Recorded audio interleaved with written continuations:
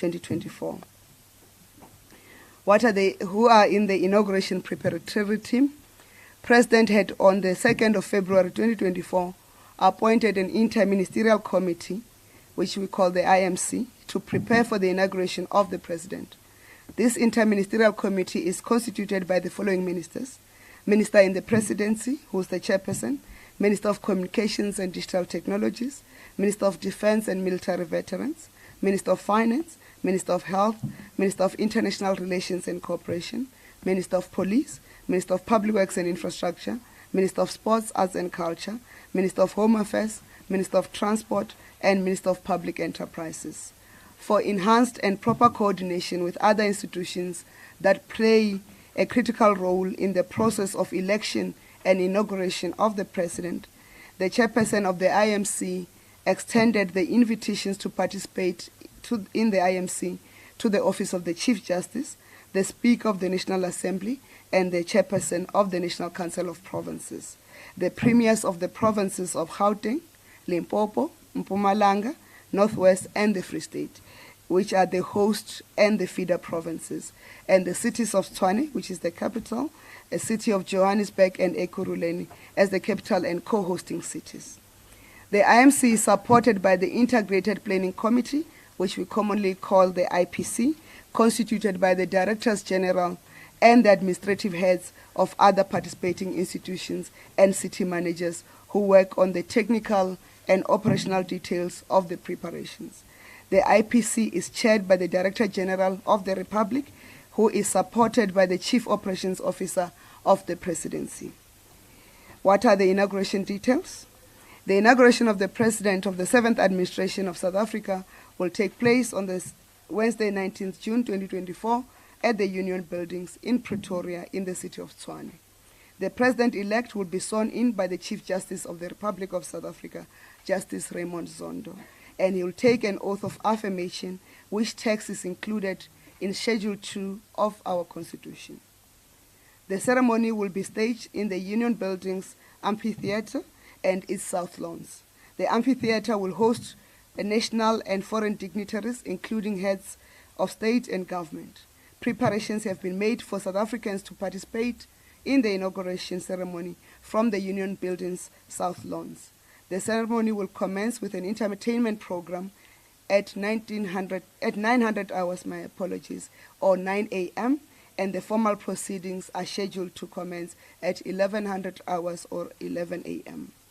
The South African National Defence Force will perform the ceremonial elements of the inauguration as they pledge their allegiance to both the Republic and the Commander-in-Chief. The ceremonial elements will include, amongst others, a 21-gun salute, a salute flight by the South African Air Force, the inspection of the South African National Defence Force battalions, a battalion march past, and a mast fly past, which will include the South African Airways. The newly sworn-in President of the Republic will deliver his inaugural address. The cultural program.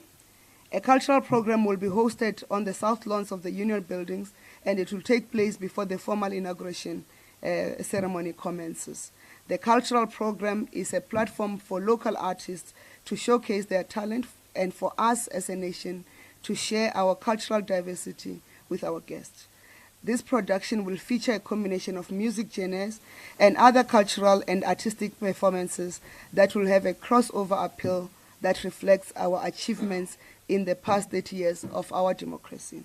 Members of the public attending the occasion are also advised that the following items are forbidden at the event, including at the South Lawns.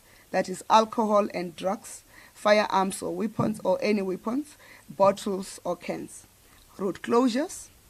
There will be no private vehicles access to the Union Buildings or the area immediately surrounding the venue.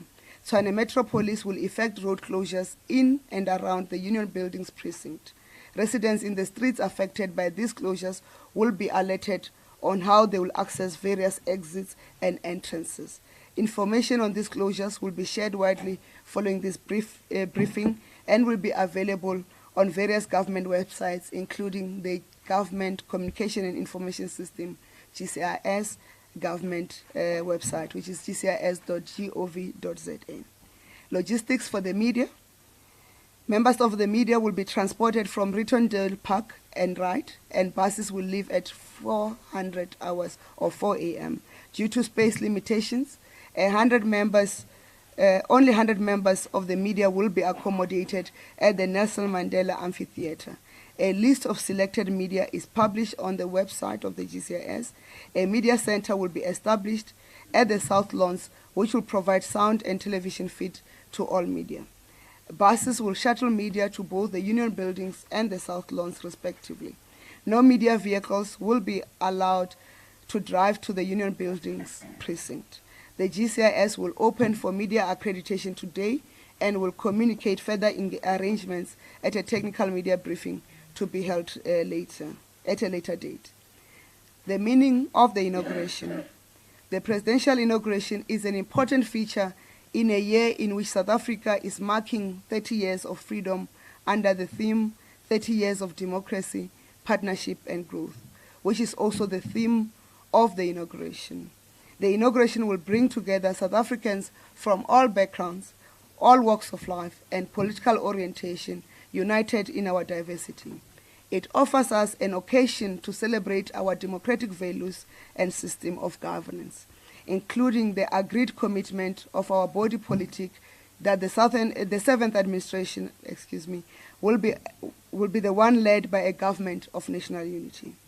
The theme brings perspective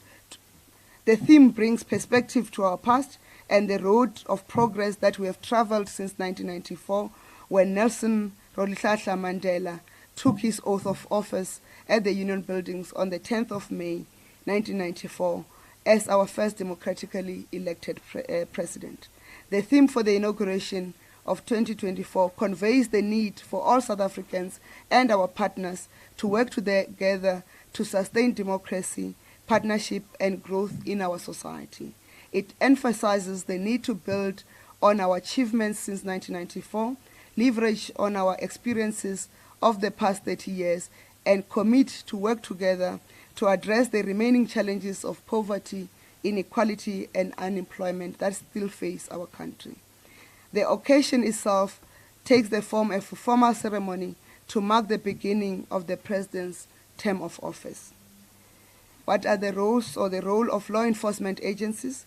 The JCPS Ministers Cluster, supported by NetJoints, and the law enforcement agencies are fully deployed to continue to ensure safety and security of all South Africans and our guests on the day and throughout the post-election phase of the country. As demonstrated in action, our law enforcement agencies have the capacity and capability to keep South Africa safe and stable, and no amount of veiled threats of instability should intimidate any South African. As we make a call to action, government would like to encourage all South Africans to be part of this momentous occasion in our country. Those who cannot attend are encouraged to follow proceedings on their television screens and their radio sets. Government therefore calls on all South Africans to take a few hours out of their time on Wednesday, the 19th June, to devote attention to this special occasion, and especially to encourage children and young people to observe this event as part of building social cohesion and developing appreciation for what makes us special as a nation. Finally, we wish to highlight that the inauguration takes place in our annual National Youth Month, which is dedicated to young South Africans and our efforts to build a better future with them, and also to remember the sacrifices made by the youth of this country, from the youth of 1944 and the youth of 1976 and the other generations of young people. Tomorrow is Youth Day, and the national celebrations are held in Limpopo, and it is a day that for the Tinswalos and their parents to commit themselves to play an active part in the next part of our country's journey, in which will be led by the 7th administration. And we wish you a happy Youth Day in advance, and we wish you a prosperous South Africa as we start our journey to the next 30 years. Thank you. Thank you very much, Minister, for the comprehensive information that has been provided.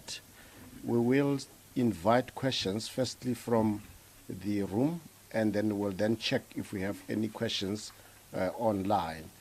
The normal housekeeping rules: when we ask questions, you will raise your hand, you will then press the button to indicate a red. You identify yourself and the media house that you come from, and then you will ask your question. Let me start with you. Hi, good afternoon. Kylie Kumani here from SABC News. I just want to get a sense in terms of the eminent foreign guests who will be coming to the country. Do we know how many heads of state will be coming through? And just in terms of the invitation. Thank you very much. The second one.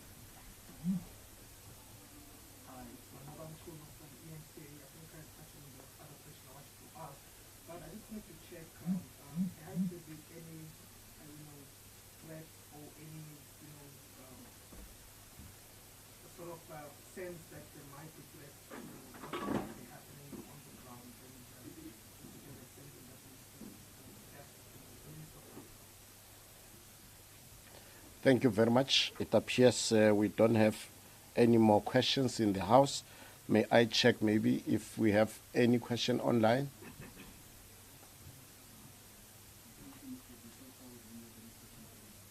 Thank you very much, Minister. Those are the two questions that have been asked. Thank you. Where's the thing?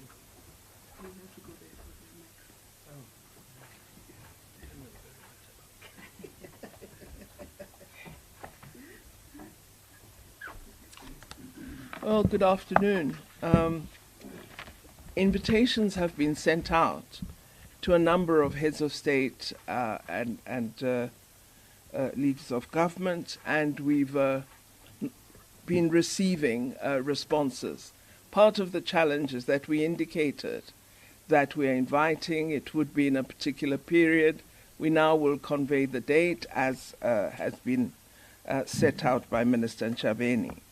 A large number of the invitations have gone to heads of state of the SADC region, Central and East Africa, as well as all the chairpersons of the regional economic bodies, and of course the chairperson of the African Union Commission, the president of the Pan-African Parliament.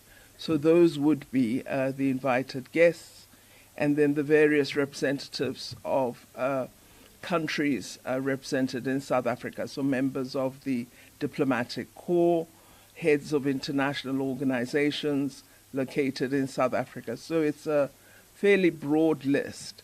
And we are following up now that we have the 19th, and we hope that it will be a wonderful event which will be attended by as many of the friends of South Africa as possible. Thank you.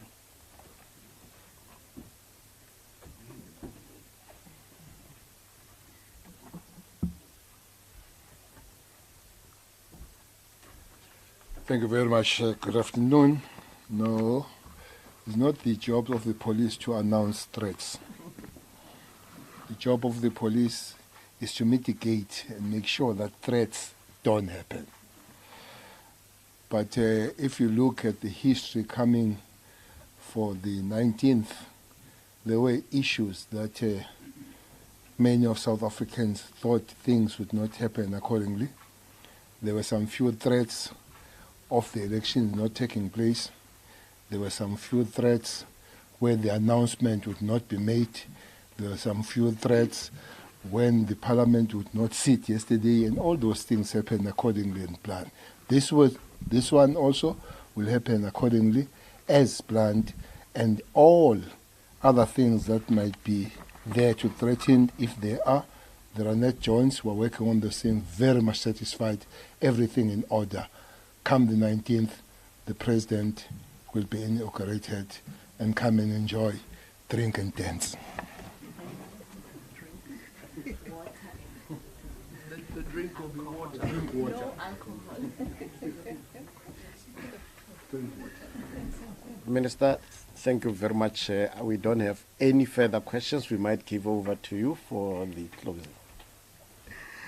Ladies and gentlemen, South Africans, we really appreciate your support during this period as our country has demonstrated its resilience as a nation, as our country has demonstrated the functionality of our democracy.